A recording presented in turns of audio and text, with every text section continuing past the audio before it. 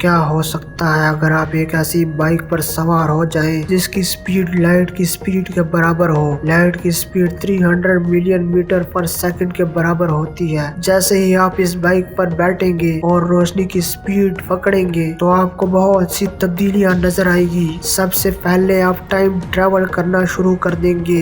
اصل میں کوئی چیز جتنی تیزی سے موو کرتی ہے اتنی ہی وہ ٹائم میں آہستہ موو کرتی ہے۔ اس کے بعد آپ کو کچھ ایسا نظر آئے گا جسے ڈوپلر ایفیکٹ کہتے ہیں، جس کی وجہ سے آپ کے ارد گرد چیزوں کا کلر عجیب ہو جائے گا، لیکن جیسے ہی آپ آبجیکٹس کے قریب ہو جائیں گے ان کا کلر آپ کو بلو نظر آئے گا۔ لائٹ ہمیں ڈفرنٹ کلر اور ویو لینتھ دکھاتی ہے۔ جتنی انرجی زیادہ ہوگی اتنی ہی ویو لینتھ کم ہوگی، اس لیے ان کا کلر آپ کو بلو نظر آئے گا کیونکہ ان کی ویو لینتھ کمپریس ہو چکی ہوگی۔ اگر آپ پیچھے گزرتے ہوئے آبجیکٹس کو دیکھیں گے تو ان کا رنگ ویو لینتھ کے پھیلنے کی وجہ سے ریڈ نظر آئے گا، اور مزید آگے جانے پر آپ کو روشنی کی ویو لینتھ انسانی آنکھوں سے نظر نہیں آئے گی۔ الٹرا وائلٹ اور انفرا ریڈ ویو لینتھ اتنی کمپریس ہو جائے گی کہ آپ کو تھرمل ریڈیشنز آنکھوں سے نظر آئے گی۔ جیسے ہی آپ رفتار پکڑیں گے آپ کے پیچھے ہر چیز خالی ہو جائے گی کیونکہ روشنی کے فوٹونز آپ کی آنکھوں تک نہیں پہنچ پائیں گے۔ یہ بالکل ایک اندھیرے سے بھری ہوئی ٹنل کے سفر جیسا ہوگا۔ اگر آپ 1 سیکنڈ سے زیادہ دیر تک ایسے ہی چلتے رہے تو آپ بہت جلد مارش کے قریب ہوں گے، لیکن آپ دوسرے لوگوں کو کیسے نظر آئیں گے؟